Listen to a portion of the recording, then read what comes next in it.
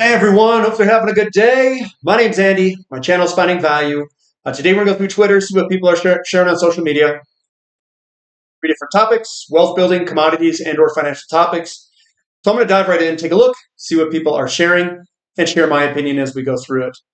If you want to follow me, it's at @Finance. If you want to join our community, finding-value.com. I dive deeper into all these sectors, topics, looking for potential investment opportunities and sharing those opportunities with everyone. I also share when I'm purchasing exactly those companies. I usually buy them when they're down. I don't chase all that much. Very technically driven, looking for patterns and accumulation. And we do have a lot of accumulation patterns that are showing up across the board in the commodities complex. Starting with myself, I've got a lot of uranium ratios. So we've got the uranium to Dow, to gold, to copper, and to silver. They all look very similar. We're coming out of these big basing patterns. The base is from 2016 all the way to about 2024. We've broken out of that base, and a lot of the times you get a retest. And right now we are doing that retest. So uranium broke out against Dow Jones. If you look on the left-hand side, there's a lot of resistance through here. So we are coming through this resistance, and we just couldn't punch through the resistance. And we came back within that resistance channel. So I do think when you look at these big picture views, you usually see a symmetrical move. The way that it falls is the way that it goes up because you're going to hit these resistance points. So you're going to hit the resistance. It'll do something similar, not exactly the same, but similar. And then it'll work its way on up, and we'll probably hit resistance in this section back here too. Here's uranium versus gold, a very similar chart, a breakout, and then a retest back to where we have support. It's the same thing. Then we've got uranium versus copper. So another breakout and then a retest occurring against copper. And then we've got uranium versus silver. And I'm just grabbing some random commodities to price it against. Breakout and then a return retest right off that. And it's a big double bottom from 2010 to 2016, 2016 all the way to the breakout of 2022, 2023. And here we are doing a big retest. So does uranium look bad? No, it looks fantastic. All you have to do is be patient. And that's where everybody struggles. They struggle to be patient. So let uranium make you money if you want to play the uranium trade and just sit in it and go. Another one for myself. I say, I wonder if silver gets a blow-off move while this ratio does a huge false breakdown. Great spot to perhaps swap some metal. So buy silver, buy platinum. We've got a big falling wedge in this ratio. We're right in the tip there. If we dive bomb to 20 or somewhere in the 20 ounce range, so 20 ounces, 20-something ounces of silver buys 1 ounce of platinum. I would actually consider trading or swapping some of my silver, especially if we get a huge move in silver here.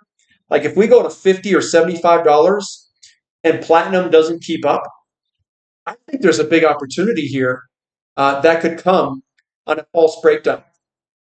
So I think this is going to look pretty good. I'm watching this one here in this ratio. And no, I'm not going to swap all my silver. Just calm down, everybody. Calm down. Gold to CPI ratio, that's the gold to consumer price index. Looking powerful. Miners, where are you at? So we're breaking out of this ratio where gold's outperforming inflation. Isn't that the margins of the miners? So shouldn't the miners be taken off here? That's the next one I would watch. I'd watch the miners, specifically gold, and probably silver coming up here. I've got gold to Dow ratios, huge double bottom. Rest in peace for bond prices priced in gold. So this is your big double bottom. This is gold versus Dow Jones. Huge move in the 1970s all the way up to 80. We came down, double bottom, and we've broken out of this other bottom down here. So we're starting to come back up. We've got gobloads of real estate ahead of us for this ratio to move.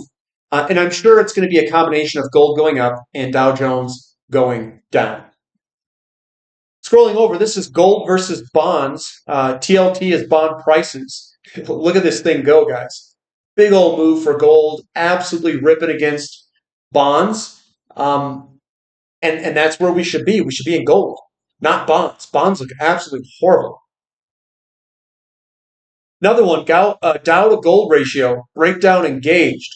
So we have the move up, the breakout up, then we've got the move down, the consolidation, and then the breakdown that's occurring. And zooming in on that right-hand side, you can see we've got strong selling pressure, consolidation, strong selling pressure occurring last Friday, where we're going to see Dow Jones underperform gold, and we've broken that trend line. This is a big, big deal. Gold, right here, where that broke out last time was 1995, where Dow Jones really broke out against gold. And I would say conversely, this is really where gold's going to break down gold's going to break out against Dow Jones, and Dow Jones is going to break down here. This is the big move. So here we go. More ratios. Dow to oil ratio looks similar to 2002. So we had a move lower in the ratio of crude oil outperforming Dow. We had a return move back to this long-term resistance breakout line, and we tapped it. And what are we doing right now? We have this big move lower. We came back up, and we tapped that line again. And we're right at the same spot as 2002, back when the dollar fell. If the dollar falls here, I think we're going to see a big move, potentially in crude oil outperforming Dow Jones. Very similar patterns here of how these look.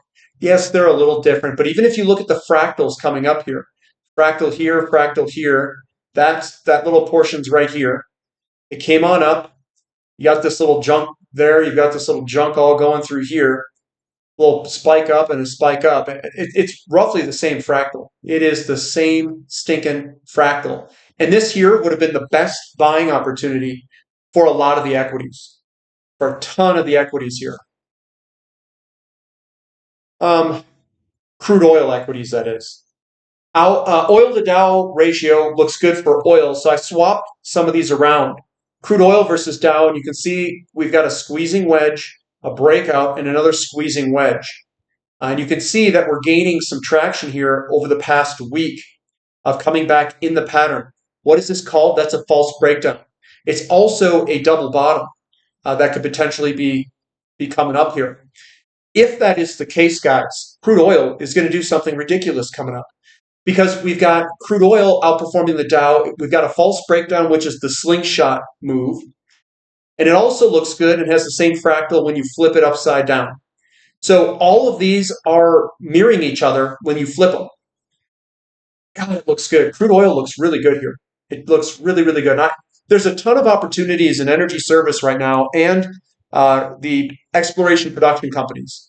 Again, guys, if you want to know what those companies are, they're all on the website. I'm going to be buying them probably over the next month or two as we go through. Randy says, the thing I don't get about most billionaires is you won Monopoly. Why can't you just be happy and helpful to the world? If you're not satisfied now, what will more billions do? You think world domination and the pain of suffering of others will make you happy? It's evil.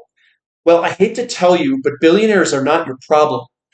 Billionaires are generally the people who solve the majority of people's problems. That is how they became billionaires. So what I would say here is this is probably someone who's never studied anything in their life. They probably don't understand how people get money. I would almost say that they're lower on the IQ spectrum. Billionaires, if you make money in a free market, an absolute free market, that means that you have willing participants in the market that buy products from people. Billionaires is the accumulation of a bunch of products or services that that billionaire has sold to many, many people, which means that they are actually helping the world solve problems. Problems of services, problems of products that people need and want. And the billions is just a collection of unspent buying power that the billionaire has collected by putting so many products in the hands of everyone. Basically, they're changing the world for good. And if they do it under a free market, they are doing it for the fact that people want their product. So you're always going to have these people, if you've got companies in a free market, that are going to end up being billionaires or trillionaires, depending on how much money they print.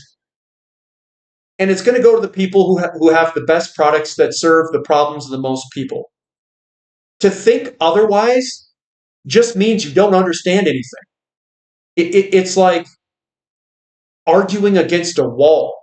A wall is there, it has a purpose, but I mean, these people, you can't be poor and pretend like you're solving the world's biggest problems. It doesn't work that way.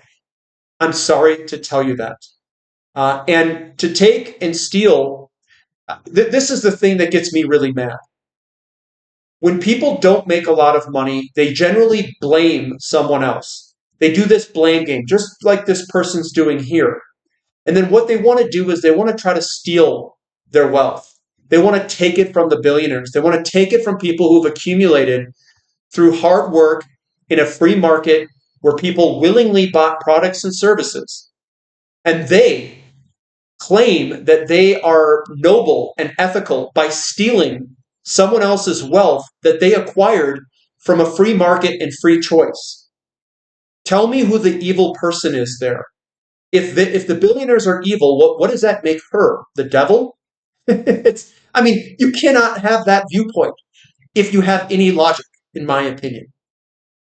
Markets and Mayhem, it says the Mag 7 has been lagging many other parts of the market since their July peak. Analysts expect both revenue and earnings growth to slow in the space. This, in part, has prompted investors to rotate into other parts of the market, seeking better returns and lower risk. So this here, they've got the Mag 7 underperforming. They've got utilities, real estate, financials, industrials, materials, staples. They're doing quite well.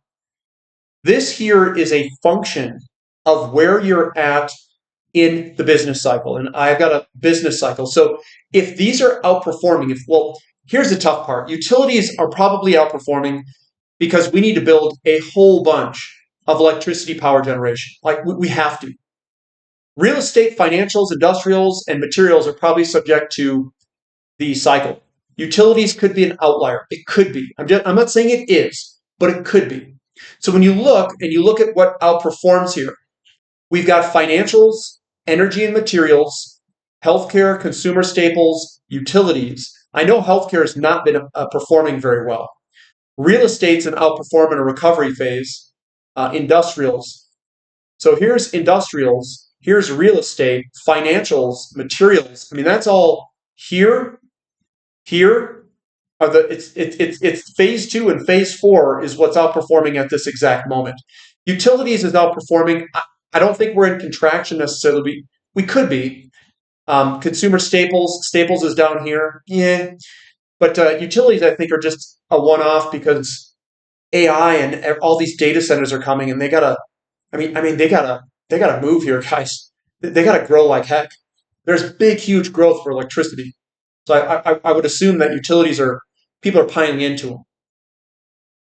Now, Triangle Investor, are you buying, selling any uranium stocks this week? Which ones? I am not buying or selling any uranium stocks at this exact moment, but I will be buying probably energy service, oil, and maybe some other sectors. I'm actually pretty excited about oil right now. Uranium's good. And I'm sure it will go up a lot. It's just the companies themselves, they don't make any money. It's such a stretch. They're all developers, and there's no real powerhouse uranium companies where I'm like, God, I gotta own this. They make so much money and they're cheap. In oil, it's like half of the sectors like that. They're like the titans of the titans. They're the guys that have money bags strapped to their back. Uranium, they're all looking for money. They're looking for investors to invest in their companies because they don't make anything. And that's where I get a little bit scared with uranium. They just don't have the cash.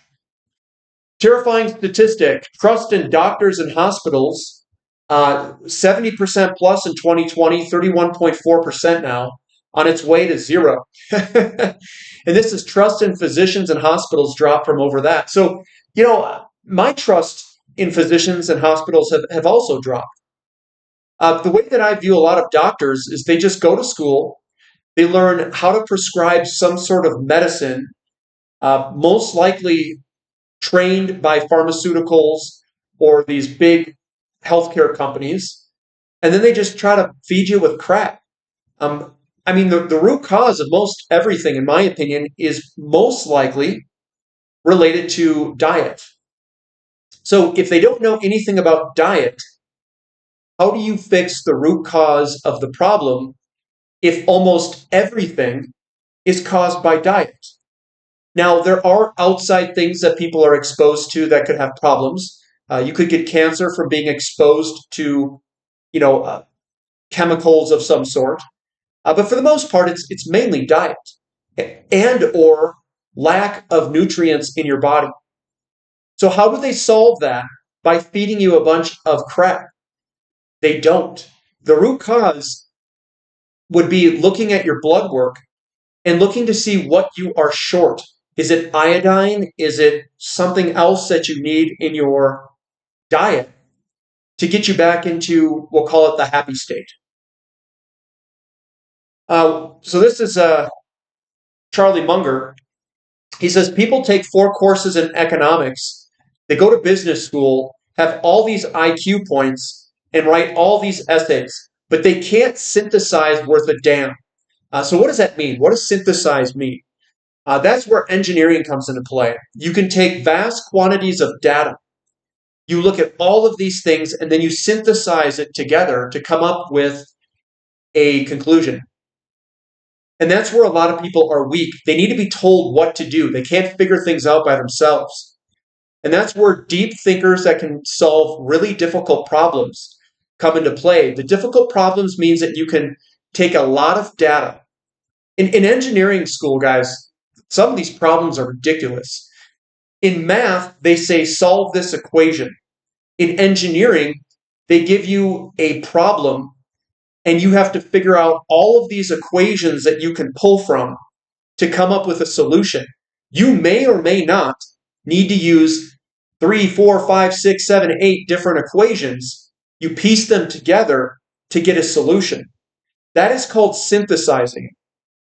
So in engineering, we have these difficult problems in that we have to solve, and they're very open-ended. They are very difficult to figure out. So you have to synthesize all of this data, basically round it all up into the given, figure out all these equations, and you might have to use equations on top of equations on top of equations, because you might have to use the data from the given to solve something to get another given. And that's where you get your geometry in there. You might have to use statics or dynamics. You may have to use equations from mathematics. You might need physics things. You might need to do a bunch of testing and research. And that's why engineers, when they transfer over into finance, are really, really deadly. Money wisdom, you've worked hard to build your wealth. It's smart to ensure you protect it. What would happen if your dog bites a neighbor, causing expensive medical bills and a lawsuit? A guest slips on your icy driveway, suffers injury, and sues you for damages. Your balcony railing breaks during a party and a guest falls, gets injured, and sues. These low probability, high liability costs are where insurance is useful, more specifically for risks like these 3. Here's something that I always think too. What if you own a bunch of physical metals, all out of the system, and no one knows you own it? How does someone sue you for that if no one knows that you own it? Think about that for a second. Maybe the best insurance is to play full offense, where you put your wealth into undervalued precious metals and just say, you know what, I'm out of the system, screw it. and say, good luck suing me. I don't own anything. Quote, own anything. Michael A. says, it's really difficult not to be bullish India. Do you know why you should be bullish India? Demographics. You should not be bullish China.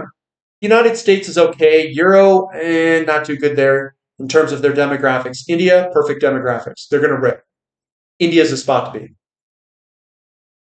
The weekly wedges for your watch list. Lots of downside falling wedges and a lot of rising wedges. Rising wedges are bearish. Falling wedges are bullish. I see a ton of falling wedges like this in energy service, commodities. They're all over the place. They look really good. I'm seeing a lot of rising wedges in technology, if you want to know the sectors that I'm seeing it in. So if that is the case, we're seeing rising wedges here, and we're seeing falling wedges here. That's where I see it.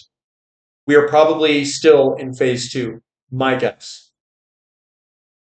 And I think that we had a little, we were doing something like this as we come up. And we just hit like a mid-cycle wobble or something. When stocks are attractive, you buy them. Sure, they can go lower. I've bought stocks at $12, then went to $2, but then they went to $30. And that's a tough spot there. That's where your technical analysis needs to come in. You want to try to get as close as you can to the 2 and ride it up to the 30. Sometimes it's difficult, but here's the thing. When something's a good deal, why would you not buy it? That's where you got to get your technical analysis. Say, you know what? Are we going to break to the downside here? Do we still have to cycle back down before we go up? That's a difficult call here because you're going against something that's undervalued, but at the same time, you also want an attractive entry point. There is no recession, mostly because global GDP is disguised by unsustainable increases in government spending fueled by debt. Risk accumulates slowly but happens fast. This graph is via IMF Bloomberg. Global debt is driven largely by US and China, just ripping with the debt. And then the world is kind of just more slightly moving on up. We could be having a slowdown, but it's covered up nominally as well with all this spending. Silver next week will most likely be great. $35 is very likely. This week served to reset the RSI levels. So we reset those RSI levels and we're ready to go for a potential breakout of this falling wedge. And that's the falling wedges that I've been seeing all over the place in commodities and precious metals. The world is full of foolish gamblers, and they will not do as well as the patient investor. We want to be the patient investor. That's what we want to strive to be. Grady says, let's set the record straight when it comes to metals versus miners. Experienced stock picking is hugely more profitable. Must have both though, since metals are for insurance and miners are for leverage. The strong gold company leaders we bought at the surface of 2022 lows are still being beasts. They're now up 463%, 209, 200, 110, 422, etc. From major precious metals lows. Gold had 8-year cycle low back in 2022. Larger gold companies leaders move first, so must have those then. Sometime after that, the larger silver producers bottom. The best of the best larger silver producers we bought at the respective lows are up a bunch. These should all be at least 10 baggers. And soon, it will be the junior miners' time to shine. The largest percentage gains are always from the very lows. Profit is made when you buy. When a bull resumes, it is vital to change a mindset. One cannot play a bull with a bearish mindset. If you doubt the bull, you will not be able to change mindset. You have to believe in the bull, or you'll end up being a victim of the wall of worry, i.e. your own emotions. Think about selling out of your positions. Also, big declines happen to flush out excessive bullishness, reset sentiment, and start again. One has to resist going on this roller coaster every time in order to survive mentally and to succeed in trading and investing. Most will change mindset way too late and by close to the top as usual, like they did last time. Rinse and repeat, but in the completely wrong way. There is Grady's thing there.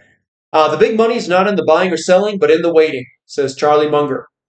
And that's where we're going to end it, guys. So that's what I've got for today. Thumb up for the content. Subscribe to the channel. Subscribe to the website. Mayday coupon code is still active if you'd like to join. 50% off that first month only, and a larger discount to anyone who wants to join the yearly membership.